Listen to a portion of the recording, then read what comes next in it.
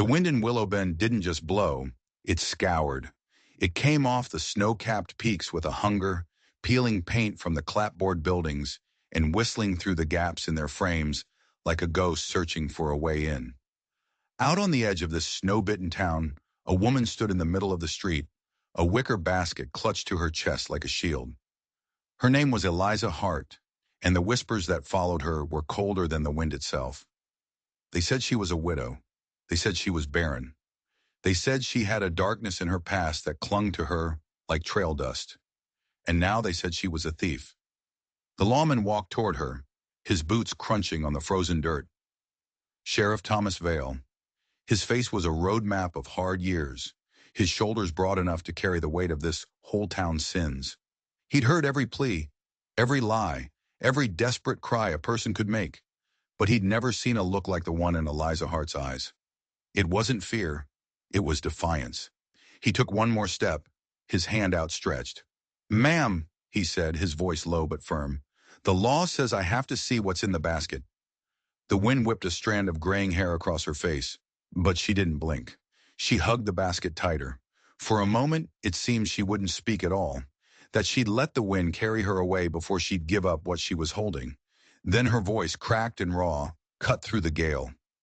"Please," she whispered, "don't take my baby." The words hung in the air, freezing time. My baby. Sheriff Vale had been told she'd stolen something. A side of bacon from the mercantile. Maybe some linens from the preacher's wife. But a baby? That was a different kind of crime altogether. Duty was duty. He had to look. He reached for the basket, his fingers brushing the cold wicker. And then he froze. Because what he saw inside wasn't what the law, or the gossips, or any sane man could have ever expected. In that brittle moment between one breath and the next, the ground shifted under both their feet. This wasn't just about a stolen child. This was about a secret buried so deep it could tear Willowbend apart from the roots up. The sheriff stared into the basket, his heart hammering against his ribs. The woman wasn't a thief. She was something else entirely. And what she was guarding wasn't just a child. It was a time bomb. The world seemed to hold its breath. The sheriff's hand hovered over the basket, his mind reeling. He'd expected to find a newborn, swaddled and crying. He'd steeled himself for the tiny, helpless face of an infant, stolen from some heartbroken mother's cradle. What he found instead was a boy, maybe 2 years old, fast asleep. His hair was the color of sun-bleached corn silk, his cheeks flushed from the warmth of the patched blue quilt he was wrapped in. Curled in his tiny fist was a tin horse, no bigger than a man's thumb, its paint worn from countless hours of play. But it wasn't the boy's age that stopped the sheriff cold. It was his eyes. One of them fluttered open, drowsy in the harsh light. It was a startling blue-gray, the exact shade of a winter sky before a blizzard. Vale's breath hitched in his throat. He'd seen that color only once before, in the eyes of a man named Daniel Mercer, a man he'd helped bury 5 years ago, under a headstone Vale himself had carved. This was impossible. Daniel Mercer had died without a wife, without a child. The whole town knew it. "His name is Jonah," Eliza said, her voice soft now, as if speaking the name was a prayer. She gently brushed a strand of hair from the boy's forehead. "And before you ask, no, I didn't steal him." Her gaze was unwavering, daring him to challenge her. "I saved him." Just then, the door to the sheriff's office swung open with a bang, rattling the glass in its frame. Evelyn Dodd, the preacher's wife, stood silhouetted in the doorway. She was flanked by 2 other women from the church committee, their faces pinched with righteous indignation. They looked less like a prayer group and more like a firing squad. "We know what she's hiding, Sheriff," Evelyn declared, her voice sharp enough to cut glass. "We saw her skulking around the old Mercer place. That child belongs in a proper, God-fearing home, not with her." The unspoken accusation hung in the air, thick and poisonous. A woman like her, a woman with no husband, no family, no place. Vale straightened up, his jaw tightening. He was the law here, not them. But in Willowbend, the court of public opinion often passed sentence long before a judge ever could. "From where did you save him?" Evelyn pressed, her eyes flicking to the basket with a mix of suspicion and disdain. From his kin? The Mercers are a founding family. They wouldn't abandon their own. Wouldn't they? Eliza's voice was suddenly like a blade wrapped in velvet. They left him in a wagon at Abner's Crossing, alone, in the freezing cold. I found him before the wolves did.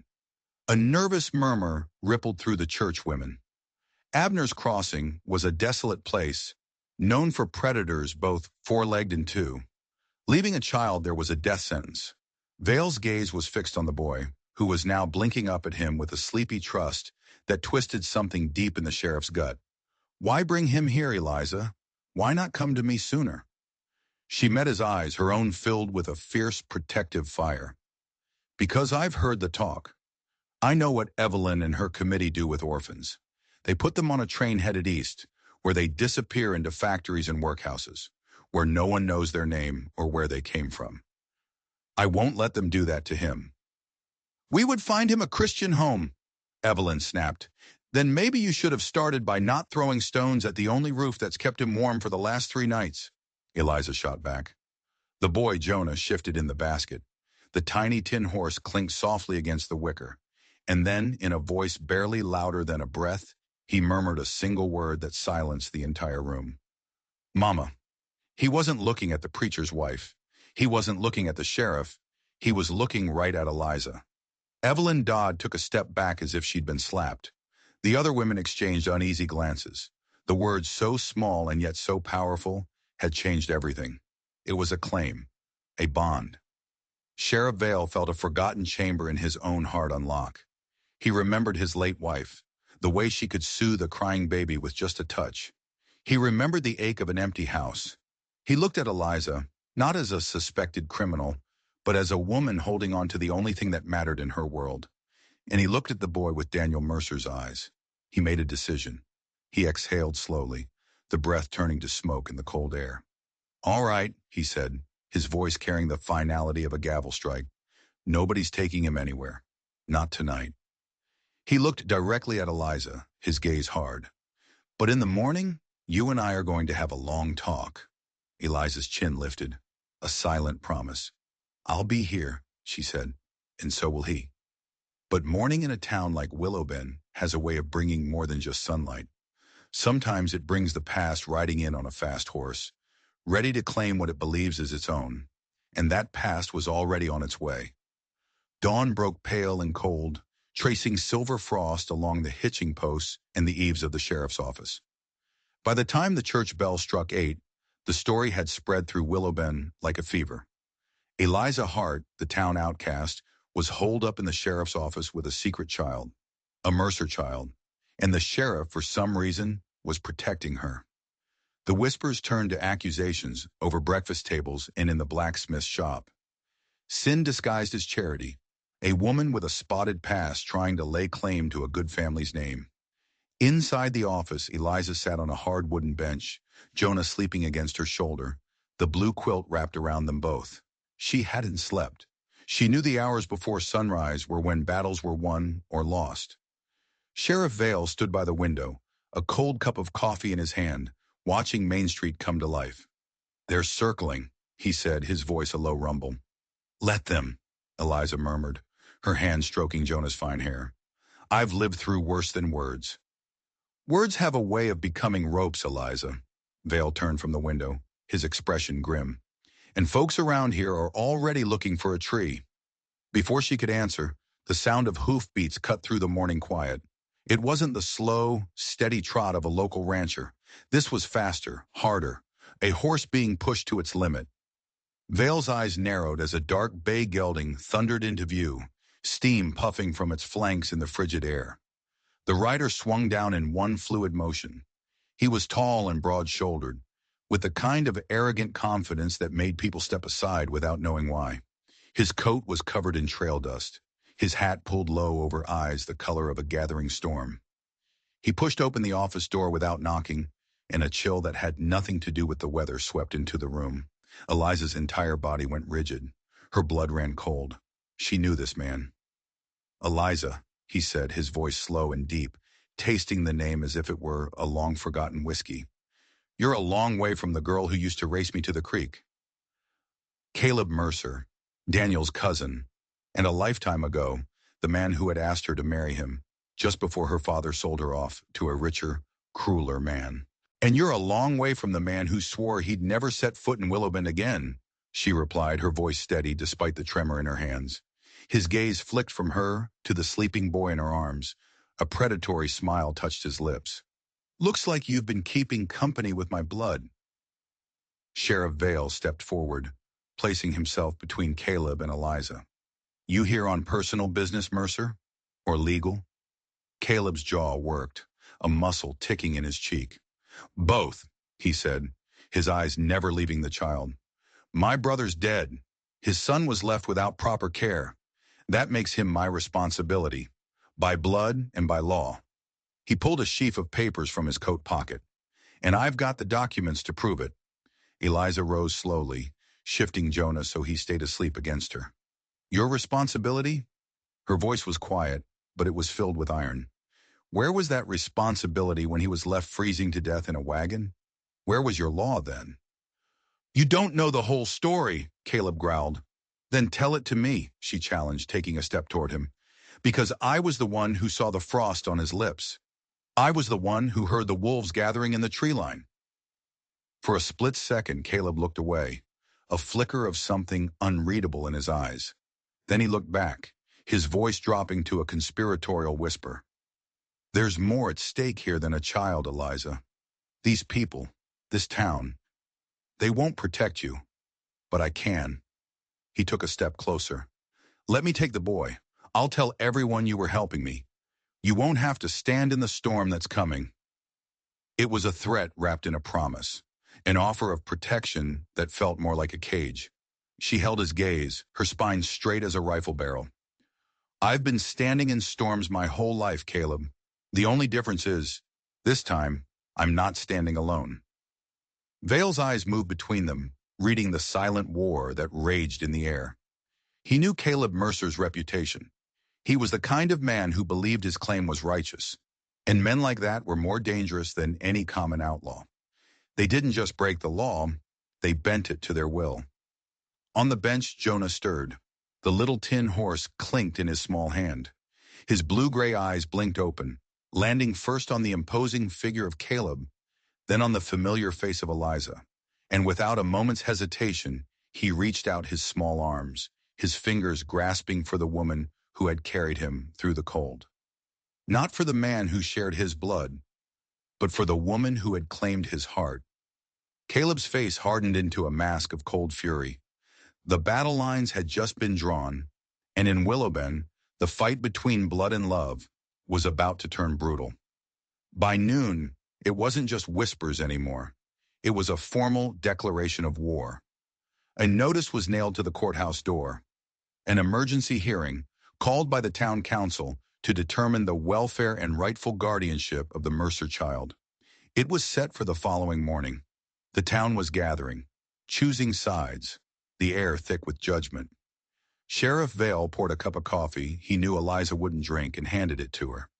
They were back in his office, the world outside a jury of hostile faces. They're not even pretending this is a fair hearing, he said, his voice grim. They think Caleb's already won.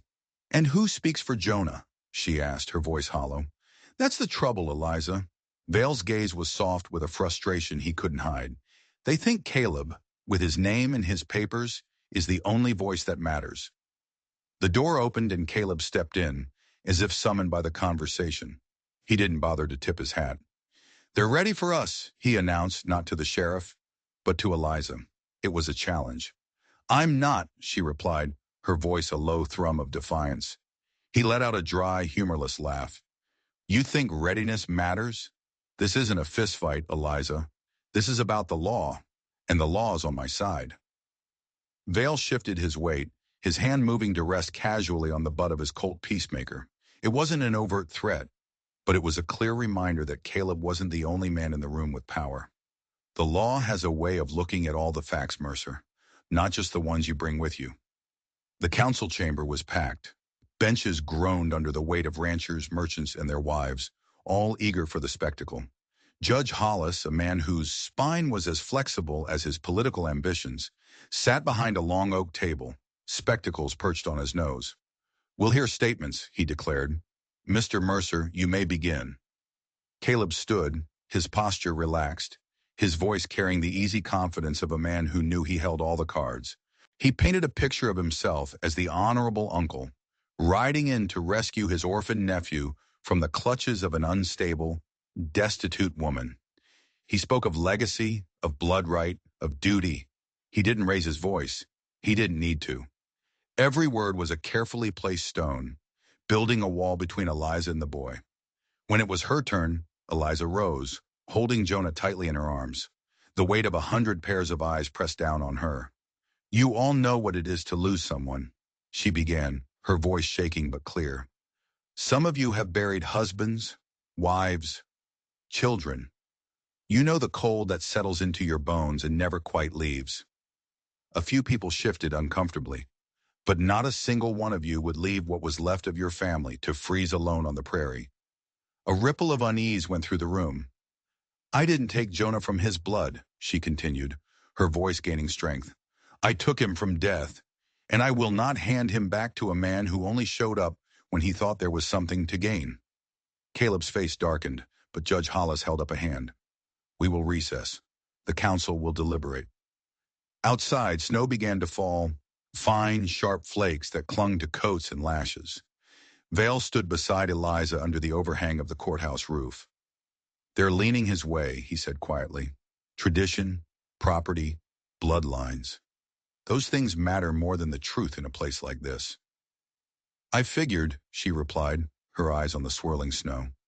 "Men like Caleb don't ride into town without knowing they'll ride out with what they came for." "So what's your play?" Vale asked, his gaze shifting from her determined profile to the sleeping boy. "Because the legal road is about to be washed out." She didn't answer right away. She traced the worn stitching on Jonah's blue quilt, a pattern of stars she knew by heart. "Sometimes," she said, her voice barely a whisper, "you can't out-talk the storm. You just have to hold on tight and pray your roots are deep enough." From across the street, Caleb watched them. He stood with two hard-looking men Vale didn't recognize, men who looked more like hired muscle than ranch hands. The smile was gone from Caleb's face. In its place was a look of cold, calculating possession. He wasn't just planning to win in the council chambers. He was planning for what came after. The judge's decision was just a formality. Caleb knew it, and now so did Eliza. The real fight wouldn't be in a courtroom. It would be out here, in the cold, where the only law was the one a man was strong enough to enforce. That night the snow fell thick and heavy, blanketing Willowbend in a suffocating silence. The council was set to announce its decision in 2 days, 48 hours. That's all Eliza had before a judge's pen could sever her bond with Jonah forever. She sat at the small kitchen table in the rooms behind the sheriff's office, Jonah asleep in his basket by the wood stove. The wind howled outside, clawing at the windows like a hungry animal. Sheriff Vale leaned back in his chair, his boots crossed. He looked tired, the lines around his eyes deeper than usual. "If you stay this course, Eliza, you'll lose him," he said, his voice blunt. There was no pity in it, only hard fact. She didn't look up from the cup of coffee she was cradling for warmth. "Then I'll find another course. I am not letting him have that boy." "You're thinking like a mother," Vale said, his voice softening slightly. "Right now you need to think like a fighter. You need to find a weapon he won't see coming." Eliza's eyes narrowed.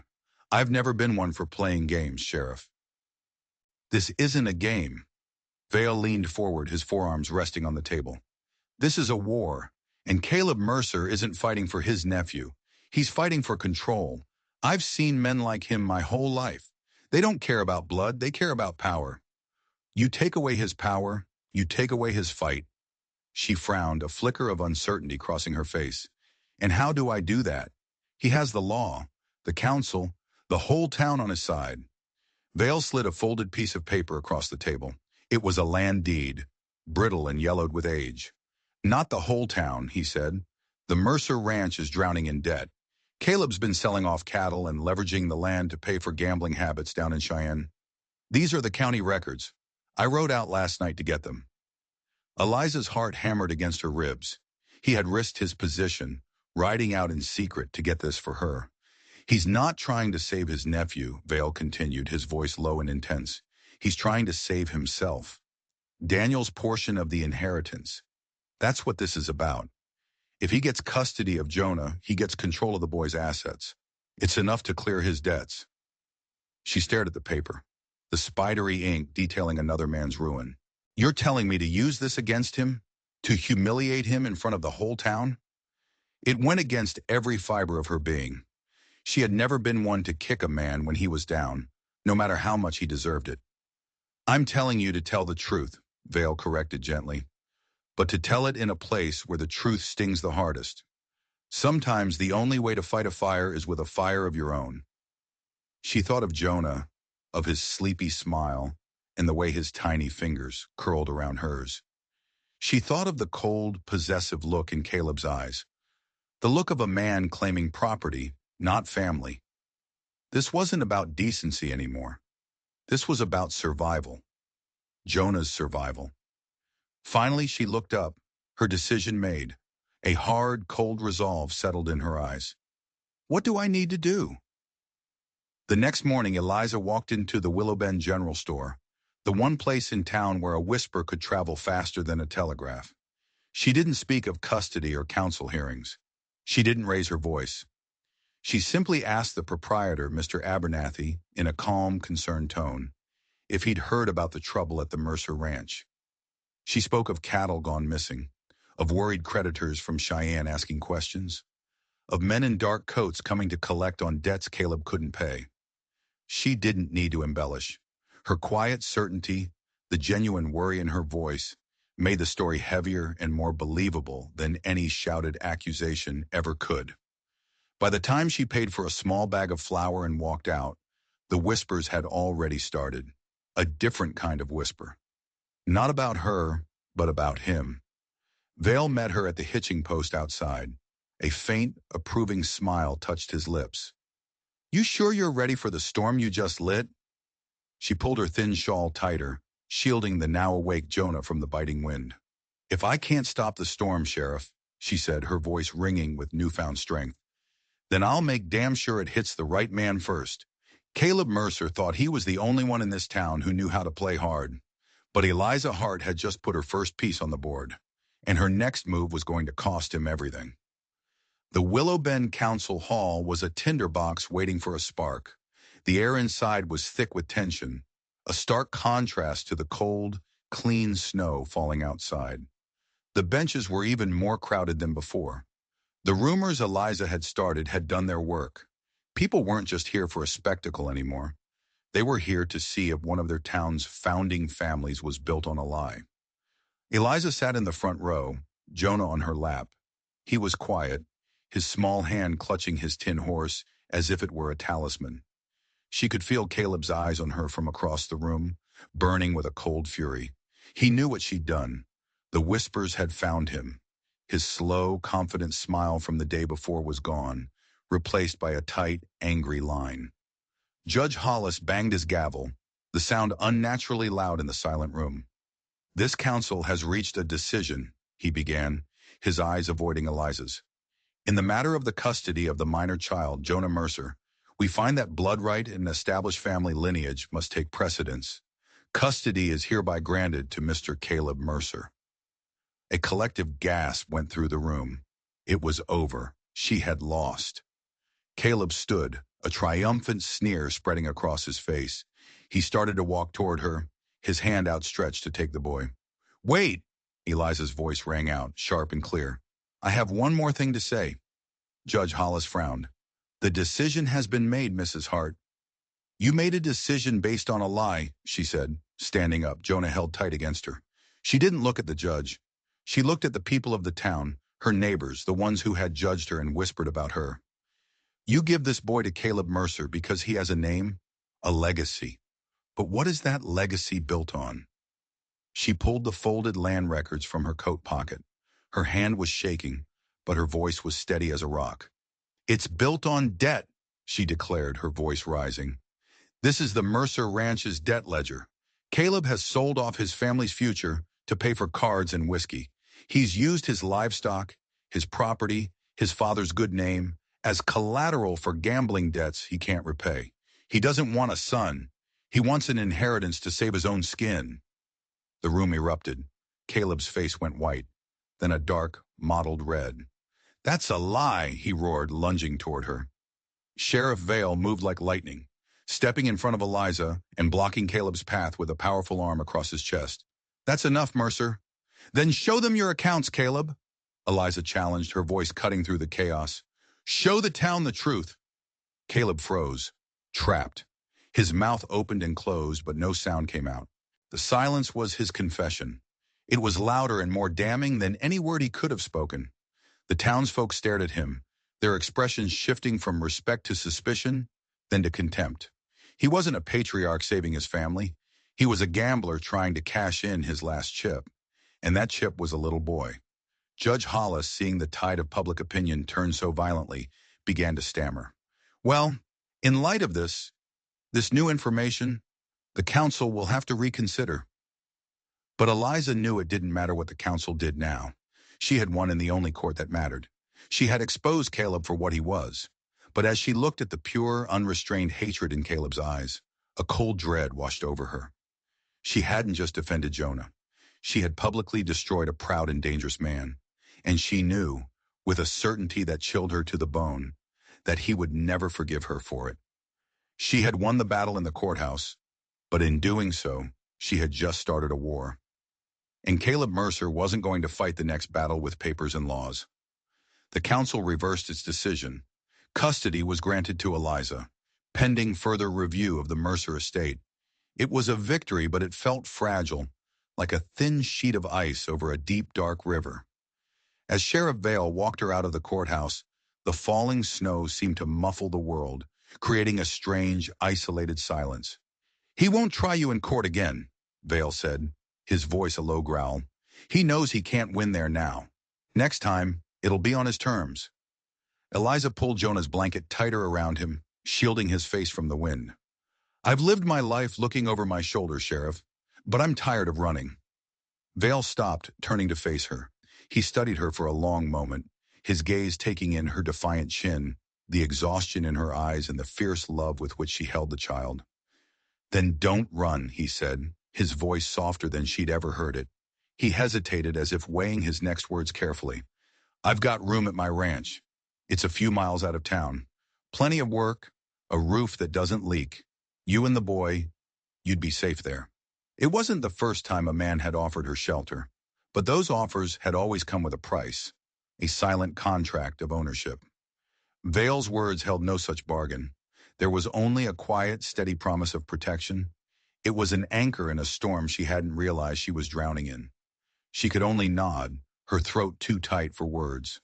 They rode out of Willowben as dusk began to bleed across the sky, turning the snow-covered landscape purple and gray. The ride was tense. Every shadow seemed to hold a threat. Every gust of wind sounded like hoofbeats behind them. But they made it to the ranch without incident. Lamplight spilled from the windows of the small, sturdy house, a beacon of warmth in the vast, cold wilderness. It felt like a welcome she hadn't dared to hope for.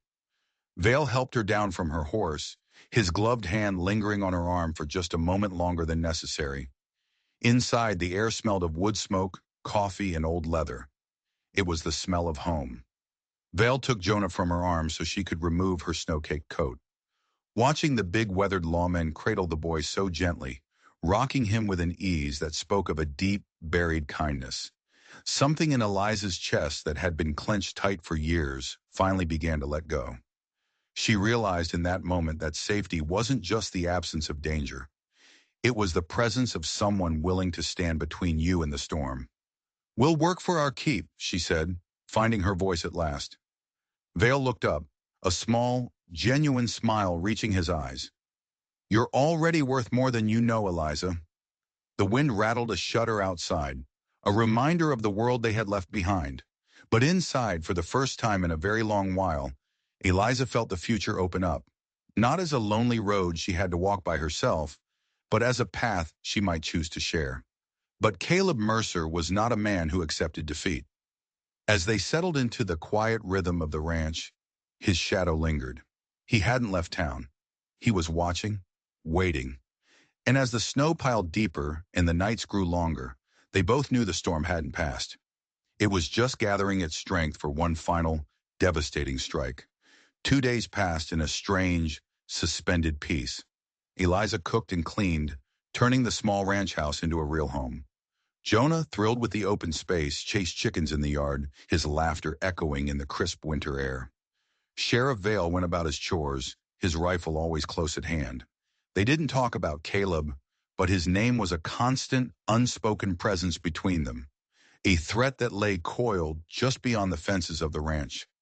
The third night, the storm hit. It came without warning. The moon was hidden behind a thick blanket of clouds, plunging the world into an inky blackness. The first sign of trouble was a nervous whinny from the horses in the barn. Vale, who had been cleaning his rifle by the fire, went still.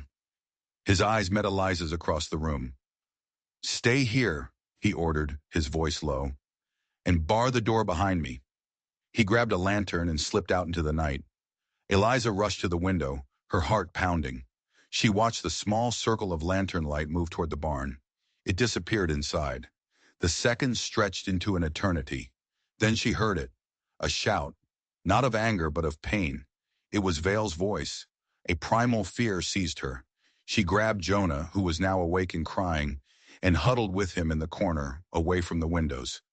Then came the sound of splintering wood. The front door shuddered in its frame. Someone was trying to break in. The bar over the door groaned, then snapped. The door flew open, and Caleb Mercer filled the doorway. Behind him stood the two thugs she had seen him with in town.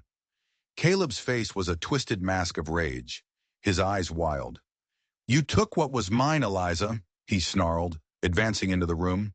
"My name, my nephew. I'm here to take it all back." "You'll do no such thing," came a voice from the shadows. Vale staggered into the room from the back door, blood trickling from a cut on his forehead. In his hand he held his Colt, steady despite his injury. "Get out of my house, Mercer." Caleb laughed, a harsh, ugly sound. "It's 3 against 1, Sheriff. You should have stayed out of this." His men fanned out, their own pistols drawn. It was a standoff. The room was thick with the smell of wet wool and violence. Jonah, terrified, began to wail. In his fear, he dropped his tin horse. It hit the stone hearth with a clatter and broke open. Eliza barely noticed. Her mind was racing, searching for a way out. A weapon. Anything. Her eyes darted around the room and landed on the big oil lamp on the mantelpiece, its flame casting flickering shadows on the walls. An idea, desperate and dangerous, sparked in her mind. But then, something impossible happened. From the broken tin horse, a small, tightly folded piece of oilcloth had fallen out. It lay on the hearth, almost invisible in the dim light. Caleb's eyes, however, locked onto it. A flicker of sheer panic crossed his face. "No," he breathed. He lunged for it, forgetting the sheriff, forgetting everything else. But Eliza was faster. She scooped up the piece of oilcloth just as Vale fired his pistol. The shot went wide, meant only as a distraction, but it was enough. One of Caleb's men fired back. The bullet ripped through the oil lamp, shattering the glass. Oil and flame exploded across the mantelpiece. Fire licked up the dry wooden wall. In the sudden, chaotic flare of light, Eliza unfolded the oilcloth. It was a letter, the handwriting shaky but clear. It was from Daniel Mercer.